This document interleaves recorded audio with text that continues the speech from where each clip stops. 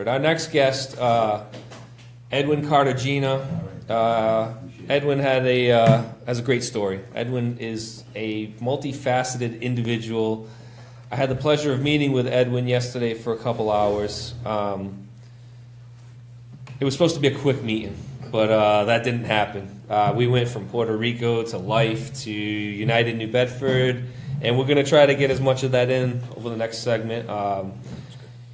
Edwin brings a strong message of what I feel is hope for these people in Puerto Rico. He's done a lot of work out there, and he's continuing to do a lot of work out there. He was out there, a couple weeks after the hurricane, delivering goods. He had his ears to the ground. He had family members down there that he went to see. It's a touching story, and I'm glad that he's here to share the opportunity, giving us the opportunity to share his experiences that he had in Puerto Rico and that he continues to have in our community with these new families that are coming in. Something north of, 83 families, something like that. I have the numbers, I'm sorry that I'm drawing a blank right now. But we are getting them in the city as well, and not only is he setting up help for the islanders, he's also setting up help for those coming in to New Bedford. Edwin, thank you so much for coming. I appreciate it. Thank you for having me. Appreciate it. Edwin, you were in the community doing United New Bedford, but let's start with the whole Puerto Rico issue. Hurricane Irma came up a few weeks prior to Hurricane Maria. The island has 3.4 million residents. It is a U.S. territory, and currently they're still affected by the blackout. Blackout being there's no electricity on the island. It's north of 50 days now. It is the longest blackout in U.S. history. You were there. How long did you stay out there? We were there for approximately 10 days. 10 days. Now, the southern part of it was the hardest hit, and you went throughout the island. You had told me. Yeah. We were actually stationed, if you will, in Juana Diaz, which is the southern part next to Ponce. Yeah. And then the hurricane came up from the south, right through the middle, southeast, which is Yabucoa. Yeah. And then it came straight through the middle. It was a direct hit. There was no place to run or hide. Just complete devastation. When you were there, it was a somber experience. You and I had discussed just total devastation. Yeah. You had been there in the past, correct? Yeah, just a vacation. Vacation, see family and stuff. And then when you got there, it was a torn-up war zone, huh? Yeah, I mean, just the landing alone on the plane. I have video of that. Just landing, you can see like a bird's eye view of the devastation. And as you got closer and closer to the airport, you can see how almost every rooftop was a tarp, was a blue tarp. So they lost their roofs, and they were using these blue tarps, as an emergency temporary roof. For whatever good it was. And it has rained a lot since the hurricane. Oh, yeah. It was raining a lot that week that we were there, which made, obviously, logistics of getting to places like the mountainous regions a little bit harder and more dangerous. They're hard to navigate anyway. Yeah. Nevertheless, after the destruction that they faced. Correct. Prior to the storm, some of those mountainous regions that you discuss never even had electric to begin with. Yeah, correct. You know, people don't realize that. Like 2017, there are parts of the world without electric, and the inner mountainous area of Puerto Rico does not have any. Yeah, well, what people forget is Hurricane Irma passed by a couple weeks prior to Hurricane Maria at a Category 5. It just brushed the island, but it left 60 to 80,000 people without power prior to Maria, and they didn't get any power and still don't have power after Maria hit. So the devastation has just continued. It's like the hit that keeps hitting. Yeah, exactly. Tell us about your mission, how it started here in New Bedford, and how it ended up in Puerto Rico. Well, it was basically something that, just like everything that we've been able to be a part of, started small. You know, it started very small and then just snowballed into something unimaginable. So September 20th, the hurricane hit, And then by the 23rd, we already started mobilizing, talking and saying, hey, we need to do something. And we being? We being a local group of, pastors and churches and our team of volunteers. And then we partnered up with another effort that was happening in Rhode Island. And then we all wanted to do the same thing, so let's do it together and make it as effective as we can and reach as many people as we can.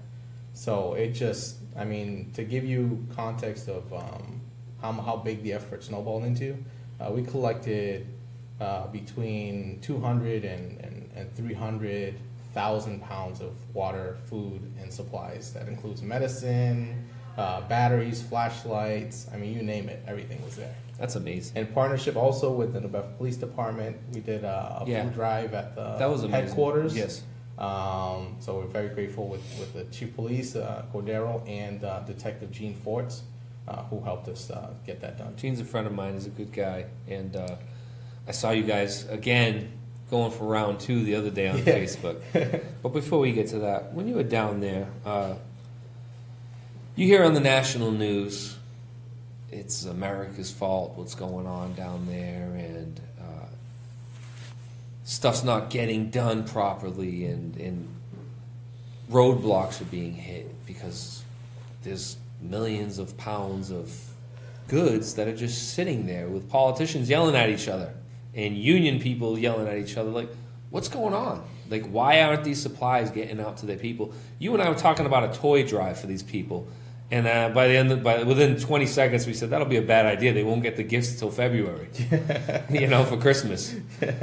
What's going on? Yeah, I mean, depending on who you ask, you can't pinpoint, where the source of the problem is.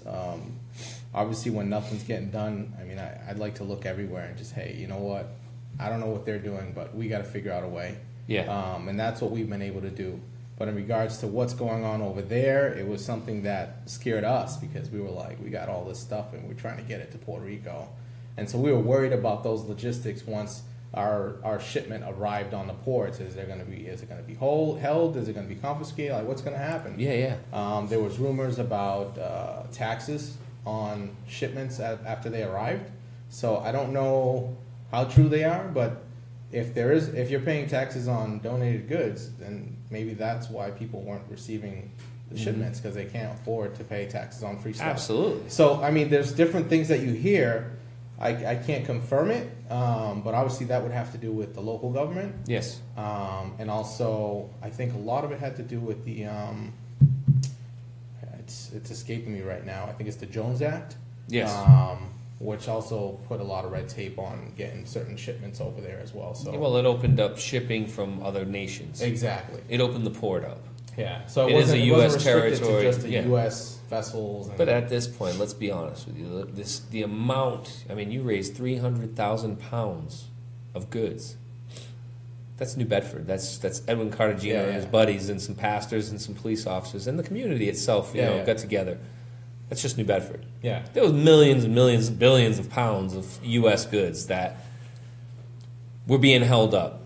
Besides the Jones Act. Yeah. That was a lot of political. Yeah, on the ground there's a lot of stuff going on too. The Puerto Rican government, which I've known for years, is very corrupt. Yeah. It's extremely corrupt. I mean, you got a 38-year-old governor right now that has zero experience that just got voted governor somehow, and people are still trying to figure out how that happened.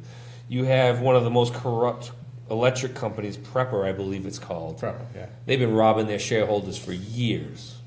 You have a government that's $98 billion in municipal bonds and debt, which, as Mike stated from New Bedford Guide, and you and I discussed it and agreed, we're spending $1 trillion in Iraq. We can help out U.S. citizens in Puerto Rico, people that are fighting in our military. Correct. And that have been now for decades. Yeah.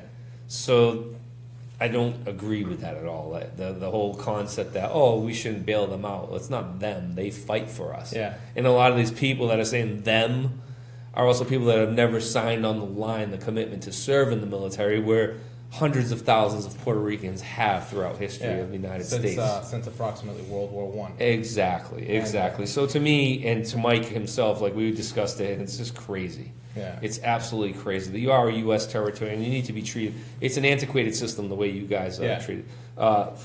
Just to put it in perspective, here in America, if I'm in Massachusetts, I can vote for anyone, governor, senator, congressman.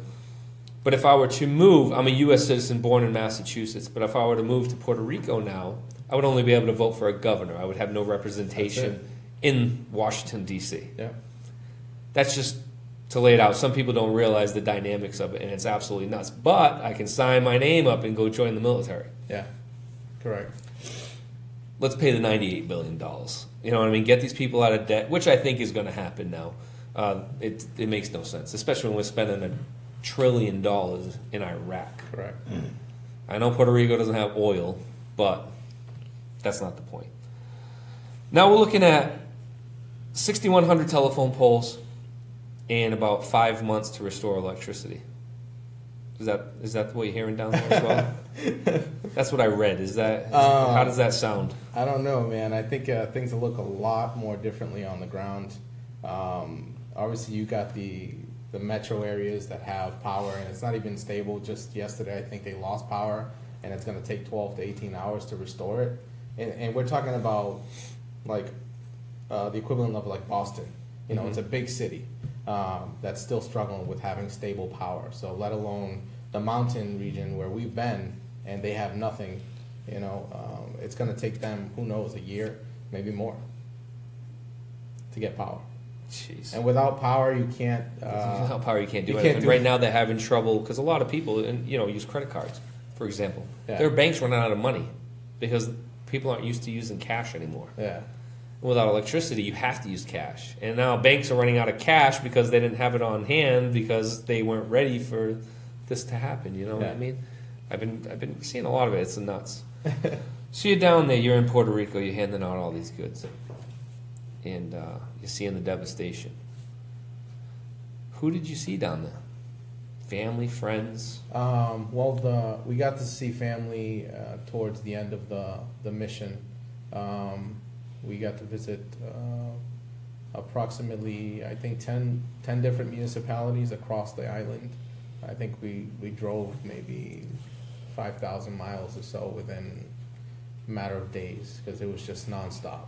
Stop and go, grab whatever we could. We found another family, or we got a Facebook message when we finally had service because there was pockets on the highway, on the main roads. Which is there was basically pockets around the coast. So you would see, you would know where there was service because there was a pocket of cars parked on the side of the highway trying to get service to communicate. Yeah. So when we did get that, we would get messenger inboxes from people back here in New Bedford saying, "Hey, I haven't communicated with my family in this area. Would you be able to stop by? They have someone, an uncle of mine is bedridden, and he needs. I can imagine what they need right now. Nobody had, So we would make it a point to make it out to those places without GPS. We didn't have any way to kind of really navigate, and by the grace of God, we made it to those families and helped them. And it was just amazing to be a part of, but at the same time, it definitely hurt. It hurt to see, how the dire conditions that these families were in when you got there, and you were the only person to be able to provide assistance. And it's mind-boggling considering. What did they do when they saw you? Like these people? They cried. They were overwhelmed with joy. Obviously, mixed emotions because they're going through a struggle, but they were more than grateful for. We could have showed up with one thing, and it was one more thing than they had. Exactly. They were just. It's hard to explain in words. When you have nothing, one thing is good. Yeah, which brings me back to what we discussed. About the homeless people. I always said if we were devastated, and you said, and when I said this, you said, "Oh yeah, I got a story for you." Yeah. When you're homeless, like I always say, like if we were to have a massive earthquake or storm like they had, homeless people would kill us in living. Like they would just be like, "All right, this is every." And when I said that, you said you had a funny story about that, like when you were on the island. Yeah, imagery is everything, right? So when you're in the middle of this disaster, and then, I mean, you know who's who, you know, you know, just seeing a homeless man, and he had like a wide smile on his face, like if nothing's going on, it's almost like everybody's like, well, now you guys know what it's like, you know, because he's like, this is every day for me, survival for me, you know what I mean? So, it's perspective. Yeah, it is perspective. It's perspective. And add to that, remember the windstorm that we just had, and some people lost power? Yeah, it was like the end of the world. Yeah, it was the end of the world. We're talking about going on 50 days now, 50 We're past plus 50 days, you know, we're past without 50 power. days. And these people are crying on Facebook like, hey. Crying on Facebook, right? There's something to be said about your last statement. Isaiah, you got any questions for Edwin? Out of everything that you experienced in Puerto Rico, what is like the main thing, like something that you'll never forget from all your time out there? I guess it's just, you know, just seeing people with certain needs that you couldn't meet. Yeah. You know, they had a medical need, or they're just bedridden, and there's only so much you can do for them.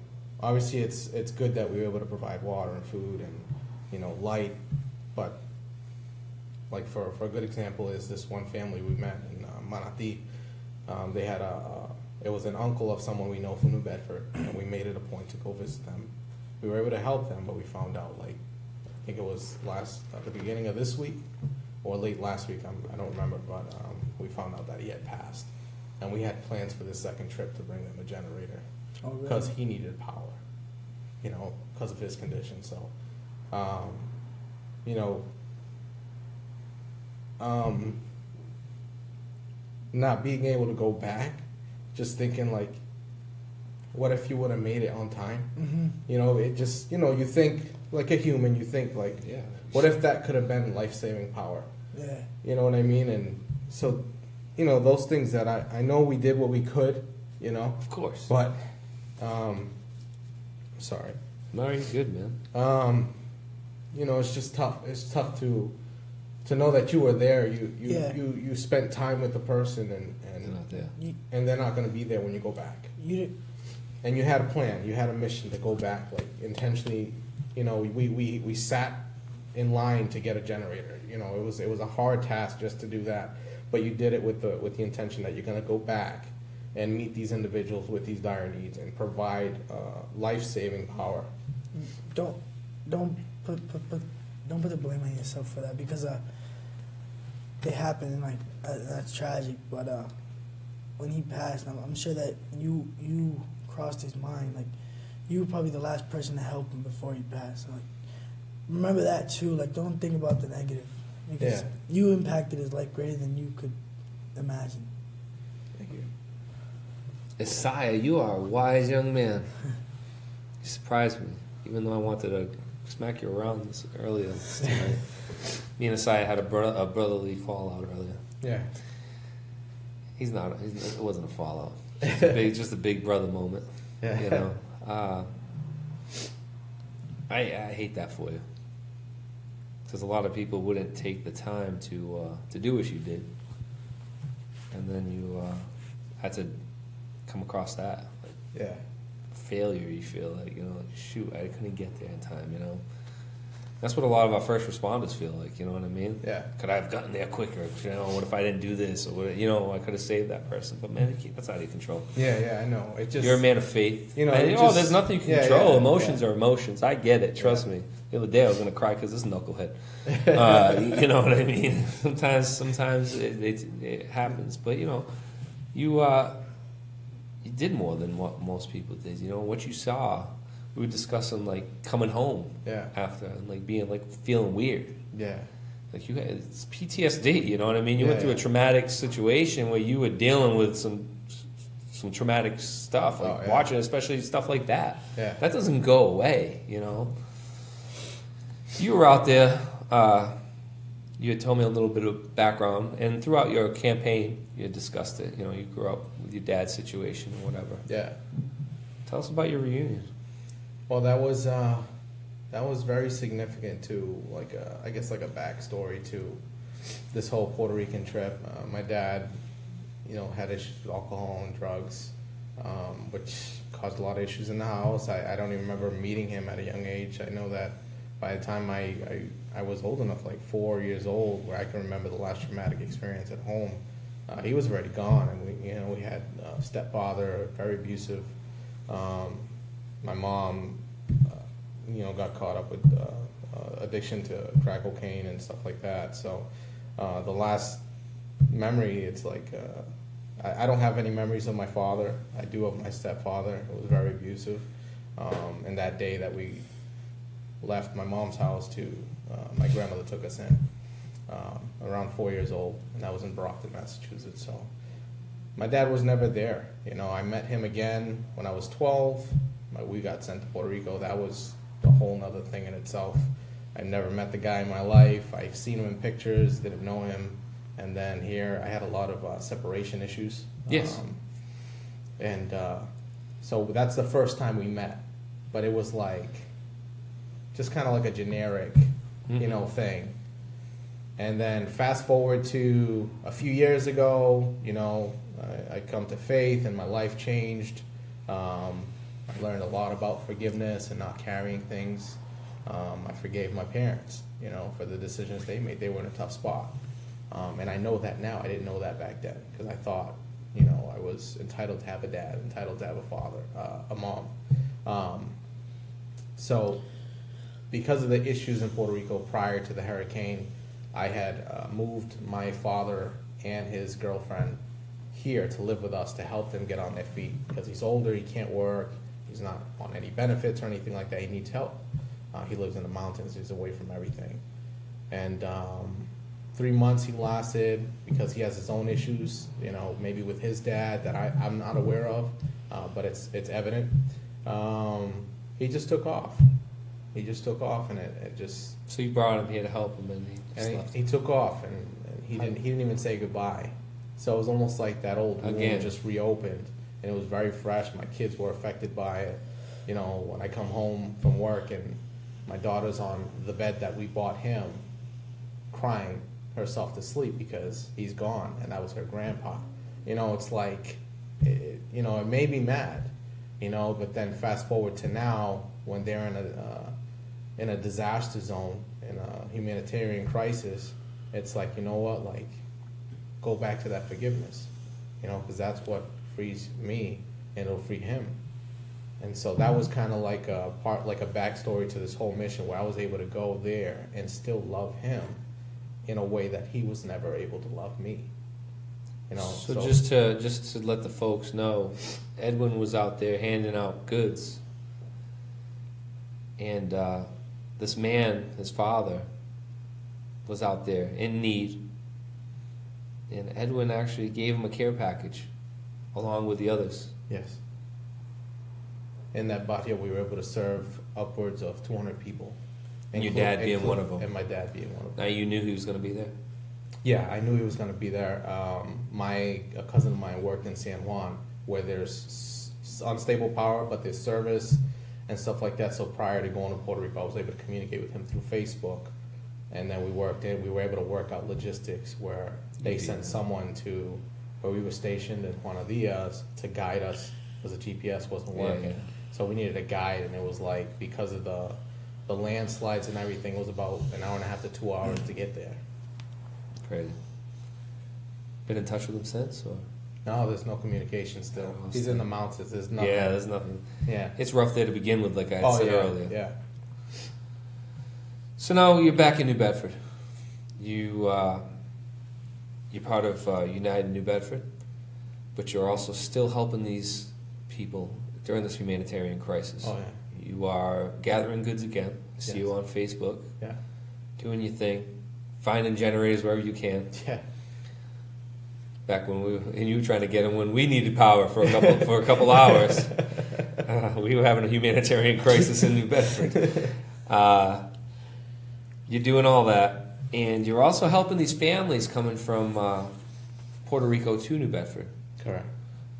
You gave me the numbers, and I think you said we were up to 83 families, I believe. I I apologize. I should have had that up, and it didn't get on my notes. Yeah, I think well, we had two, so I think we're over 60. I know that for sure. Yeah. 66 families, 93 adults, 73 children. There you go. Yeah. Sorry for that, guys. That's I generally prepare really well, and part of my preparedness, Edwin will attribute to this. I don't just come to the show. I spent 2.5 hours yesterday with Edwin discussing this. Again, show prep today. I spent a couple hours with other guests. So I do apologize. I probably should have had that on my notes. But with these children now, the United Way is helping them. The Community Health Center. Yep. Community Connections was kind of taken over, you said, by the United Way. Not bought and taken over, but they kind of umbrellaed them now for this mission. Way. Yeah. Then we have North Star Learning Centers with Maria Rosario. I mean, we have several people at the table, DTA, everybody from everywhere that can provide a service is at the table to try to streamline and make it a little bit easier for these folks to have one point of entry, which is at Darlene's office at the United Way building. Yes. On 128 Union Street. And so people need to go. If you're out there, if you're you have a family member that is coming or planning on coming or is here already that hasn't been to the Darlene's office at the United Way building, go there. You need to go there, check in, register. They're going to help you out with FEMA registration, which is vital right now, and then they'll take care of everything else from there. Something we discussed that was troubling to me, and I actually reached out to South Coast Hospital yesterday, right afterwards. Yeah. And Peter got back to me immediately, and I was actually on a conference call today. Part of why I didn't get to refresh my notes is I was on a conference call with South Coast Hospital and the powers to be there. Children are not getting the proper care because pediatricians are kind of tied up with appointments. You said something to that regard? Yeah, well, we had a situation. We were helping a family, and we got this family prior to going to Puerto Rico. So it was like there's a lot of juggling, a lot of things. Yeah. But gratefully, the family needed a place to go. There was no, I mean, all the calls were made to everybody that they could. They went to New Bedford Housing Authority, and then they finally reached out to us, almost as like a last resort. Like, we've called everybody. What do we do? They called us, and we're a very small organization. Yes. Right? We have limited capacity, but we have a network of people that we can reach out to them and make certain things happen on the fly. Of course. So they needed immediate shelter. The housing authority was able to cover a few days. We had a few police officers, Julio Rivera, cover a day or two, and then we reached out to local pastors, part of our network, to cover a few days. We were able to cover a week, stuff like that. Then United Way provided another additional week, and so slowly but surely we were able to cover almost a month for these families because the services that we needed through FEMA weren't activated till October 30th, I believe. Yeah. So it's like, what do? We don't have anything set up here. Yes. Knowing that this, I mean, I think everybody kind of knew that this was going to happen because we have a lot of families locally. Of course. I mean, 14% of our population is Puerto Rican descent. Yeah, and it might be a little bit higher than that by now. Yeah. But still, it was something that, it is what it is. It's a crisis everywhere, and I think that moving forward, we need to have a discussion with our local legislators. Have a sit down, yes, and talk about give them insight on what we've been able to do, on what's going on, and what are the gaps that we have that maybe they can fill, to help these families. We discussed this yesterday. Mayor Mitchell's been working with the kids. I know that, getting them into schools, making sure they're doing all that. But we also discussed now, back to what I was talking about with South Coast, some of these kids are getting into our public schools because of the lack of assistance with waivers for their health checkups and all that stuff. Is that, There's, I believe they came to a solution of, because of the lack of electricity back home, there's no way to get records. There's no way to get records. So I believe what the agreement is that even if they don't have the records, they're able to get in. Well, South Coast did reach out to me today, and they are going to reach out to the United Way, Community Connections. They've already done that. Okay. First thing this morning.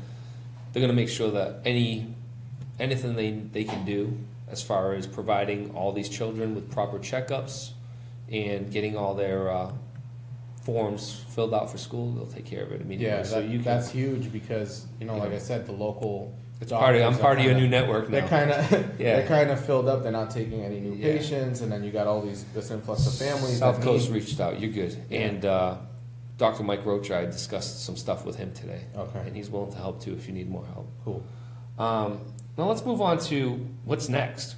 What are you doing? I know you're setting up. You're getting ready to go. You asked me to go yesterday, and I can't leave my kids for more than an hour. I might grab a drink with Josh after tonight's show, but that's only because my wife's not working tomorrow. What's going on, man? Like, what are you up to? Like, what's the plan now? What's your next mission? Yeah, I mean, right now we got a couple things on the agenda. I mean, we still have a warehouse full of stuff that we need to get to Puerto Rico. It's approximately 3 containers worth of stuff. I believe the holdup there is, the shipping company prioritizing big business maybe over, hurricane relief. I don't have any way to confirm that, but that's where we're just on standby, and we've put in the order. One of our people has put in the order we've been waiting for close to a month now for those 3 containers. So besides that, we have a team of volunteers going out to Puerto Rico. Once that's set in stone, we have an estimated time of arrival, just like we did the first time. As soon as we know, it took about a week once it shipped to arrive in Puerto Rico. Our team of volunteers arrived the next day, and we were able to get everything, with no red tape on the island or anything like that, to our center that we established in Juana Diaz, a local business, Imprenta Llorens. Shout out to them. Completely volunteer, just said, hey, we got some space, let's go. Let's do it here. They had forklifts, pallet jacks. That's awesome. They were set up beautifully for everything. They allowed us to sleep there. They were just fabulous hosts. It was just amazing. So Neftali, Sonia, if you guys are watching, shout out to you guys. Definitely a shout out to you guys. You guys are heroes in your own community, as well as you in this community. And then on top of that, we got I got the name here, Community Foundation of Southeastern Mass is sponsoring a fund called Unidos por Familias Fund, which is catered to help families that are coming here to New Bedford, that are already here, and the ones that are coming. They established this fund to raise money to help those folks. With that said, anybody looking to donate, they can visit www.cfsema.org and donate to the Unidos por Familias Fund, which is to help specifically families coming to New Bedford to live here. And we want to also acknowledge Denise Porsche, I don't know if I'm saying it right, with the Island Foundation, who started that fund up with the first $10,000 to help. What was it now? www.cfsema.org.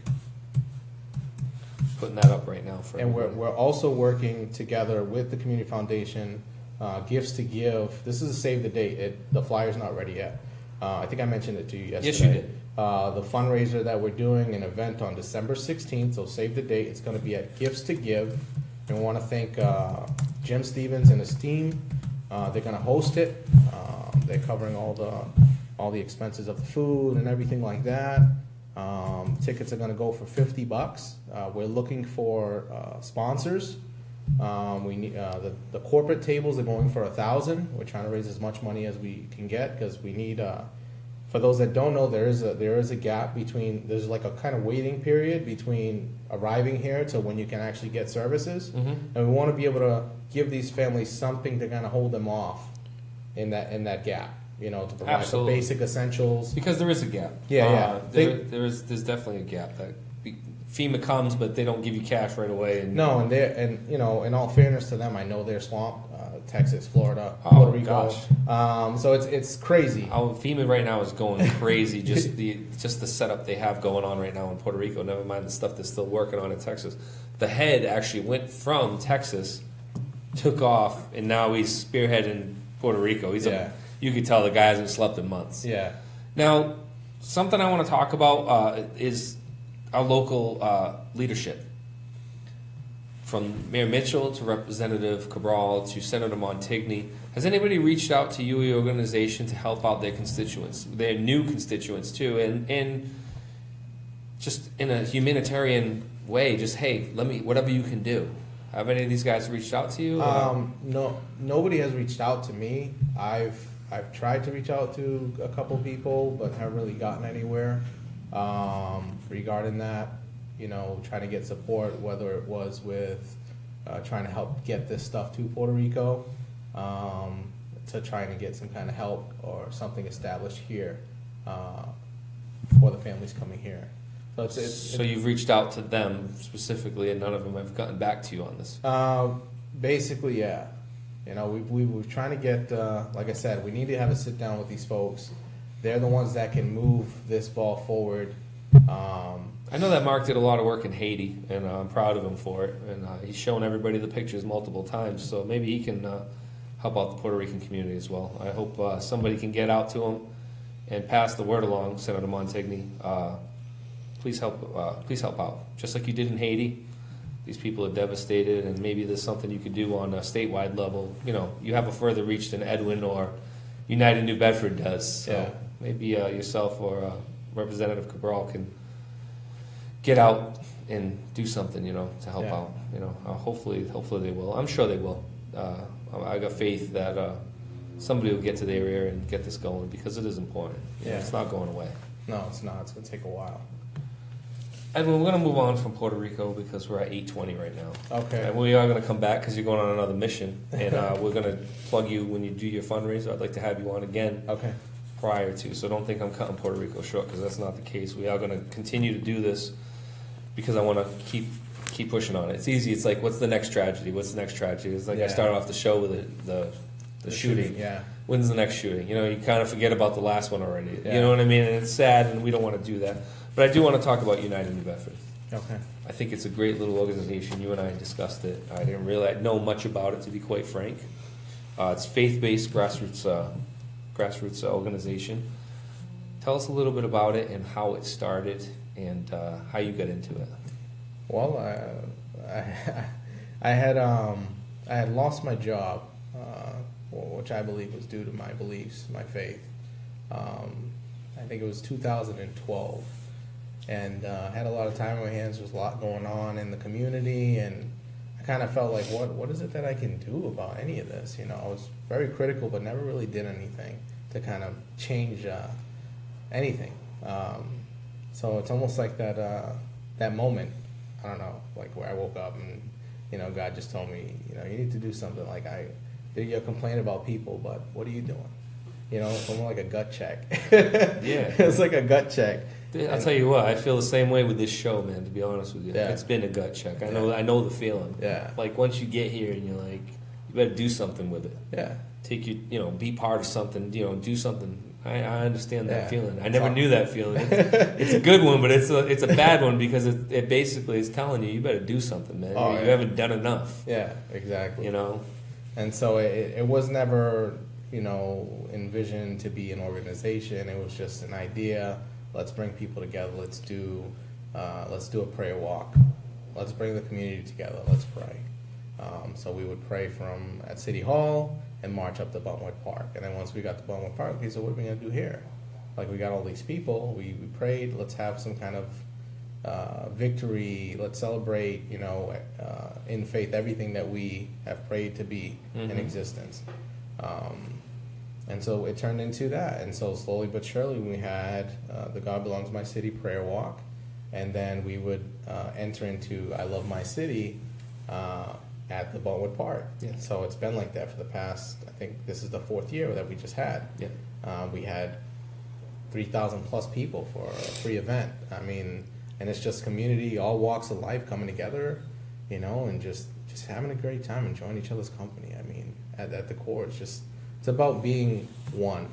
And that goes into, you know, like our mission, which I know you asked about. I have it here. Our mission is to unite, empower, and serve all peoples within our community, to break the societal norms of selfish thinking to selfless living, repositioning everyone to a stronger position individually, as a human being, and corporately as one body. Yeah. It's about United in Bedford. Basically, the name covers everything that we're about. Absolutely. Talk about the Adopt a Block program, which I Okay. think it's amazing. Well, that program stems from personal experience. Mm-hmm. I was a project kid. I grew up in the projects. You know, for those that don't know, I was born and raised in Brockton, Massachusetts. I grew up on the east side. Crescent Court Projects is one of the worst and most infamous projects at the time in the 90s. And then because of my mom's situation with drugs, she went through a bunch of programs, ended up in New Bedford. I don't even know how. I haven't asked her to this day. I just know she ended up in New Bedford, and that's how I got here. Once she was ready to take us back in. But yeah, it's been crazy. It's been a crazy journey.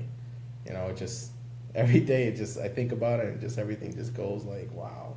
You know, how do we get here? Yeah. You know, seems like in the past 4 years, especially now, you know, everybody knows you ran for Ward 2, and then you kind of fizzled out because you took the priority of Puerto Rico. Yeah. And it's sad because you actually do care, and I see it in your eyes, and I've talked to you, and I'm like, man, this guy actually cares. Yeah. You're gonna run again, I hope. You still gathered some votes for a guy that's really hasn't done much with it. You know, at the end, you kind of like, man, I got to go take care of Puerto Rico. Yeah. And you've gone all out for it, and it shows, and it's nice. And now with United New Bedford, you're involved in that. It is faith-based. Yeah. It is faith-based. But, like you and I discussed, I'm a religious guy, you're a religious guy, and, man, faith-based just means being good to one another.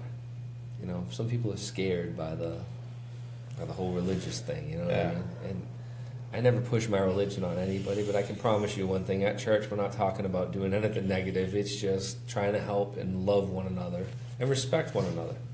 You know, those are the lessons I learned when I'm at church. And we were discussing Corinthians yesterday, 13, and it's basically just to love each other. You know, you can go on for 5 to 7 weeks and discuss that chapter at service, you know what I mean? And it's just, and you keep going with it.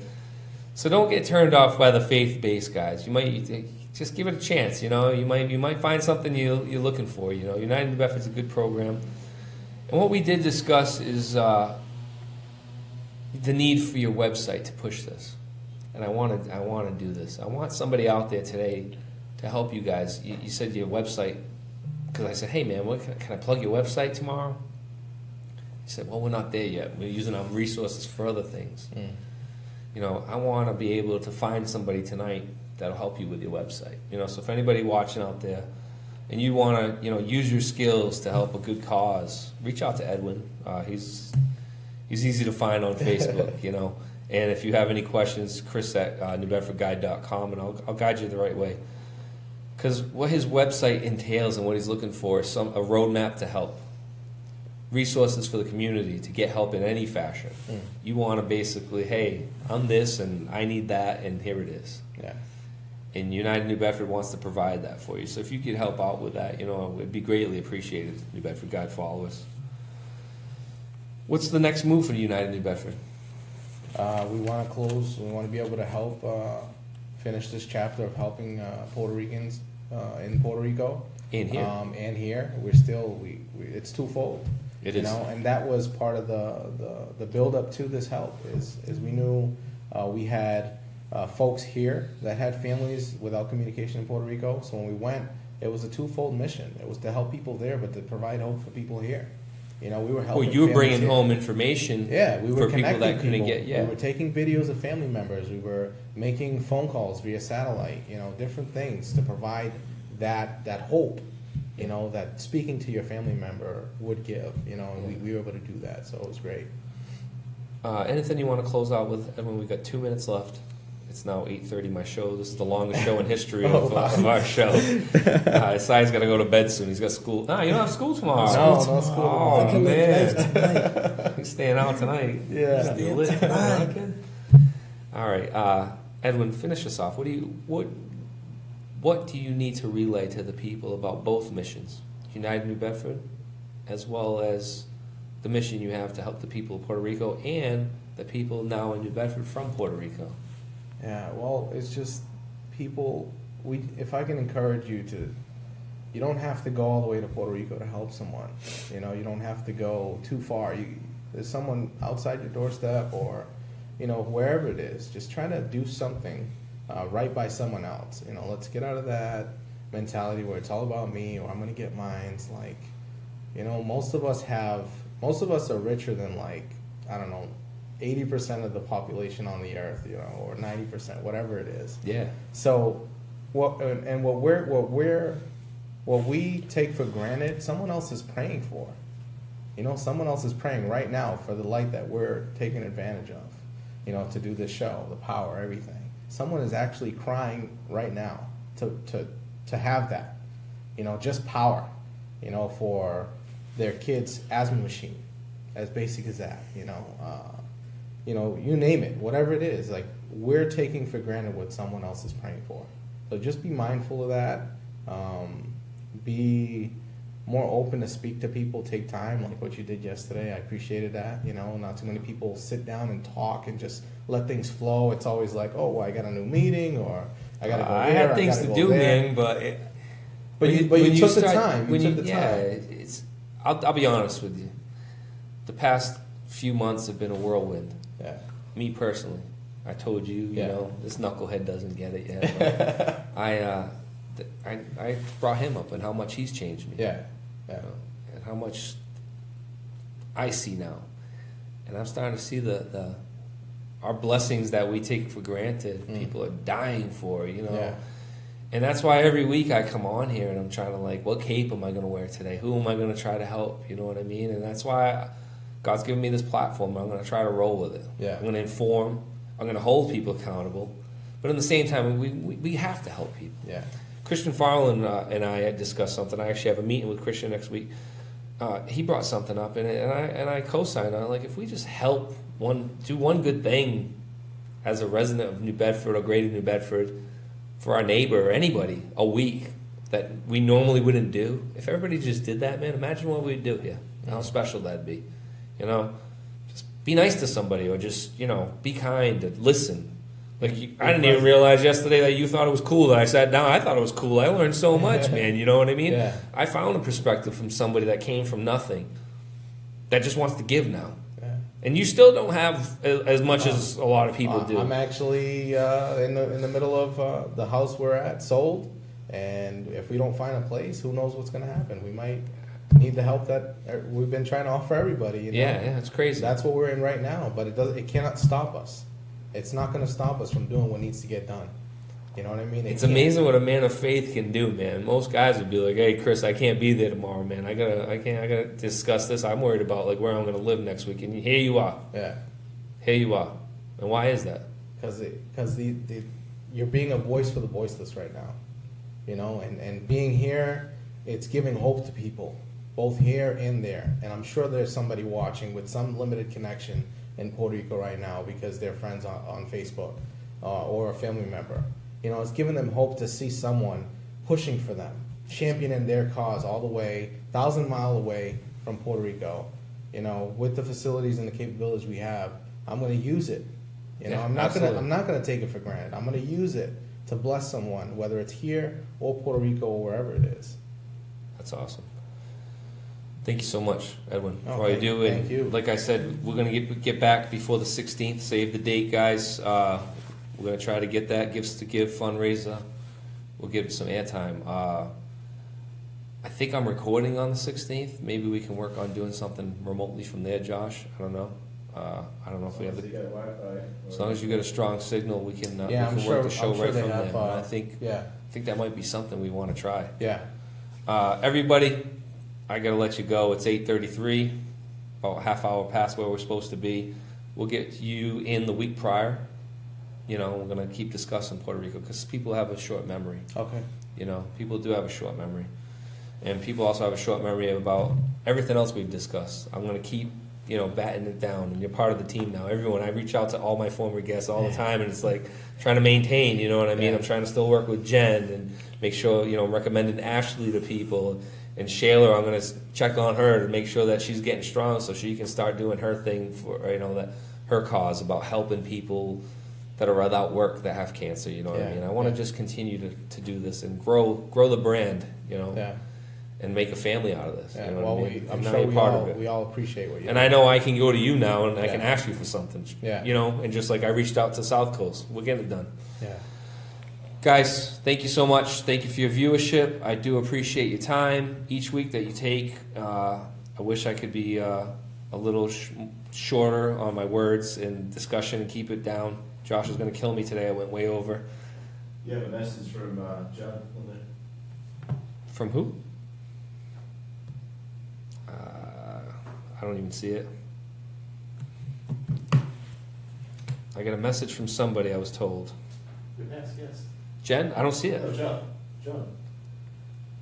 Let me read it. John Oliveira. He's watching. Thank you. It was quite an honor to be asked to the Roosevelt Middle School today. I very much enjoyed it. You will be seeing me more in the schools. This is from John Oliveira, which I'm very happy to see. I look forward to working with you and move forward with the New Bedford Public Schools. John was a great guest. Yeah. Very passionate about what he does. I had two guys that are passionate tonight. I keep telling everybody that I'm getting lucky on the show. People are like, hey, man, you're doing a great job. And I'm like, man, I just keep having good guests. It's like a Major League Baseball player getting soft toss. You know what I mean? And it's easy to hit the damn ball. Yeah. Everybody, I got to let you go. Thank you for your viewership. We are going to do some cool stuff next week. I've been dealing with some guests. It's going to be a heartfelt show. Tune in. I'll set up an event. Any questions you have for Edwin? Any counsel you have for school committee member John Oliveira? Any questions you have for Isaiah? Chris@NewBedfordGuide.com. I promise you I'll relay it immediately. Please, guys, if I need help in sponsorship for the Gifts to Give on the 16th, and we need a website designer. It doesn't have to be super pretty. It has to be super good and super informative. Help us out. Bless the organization that's been trying to bless others. Thank you all. Have a great night.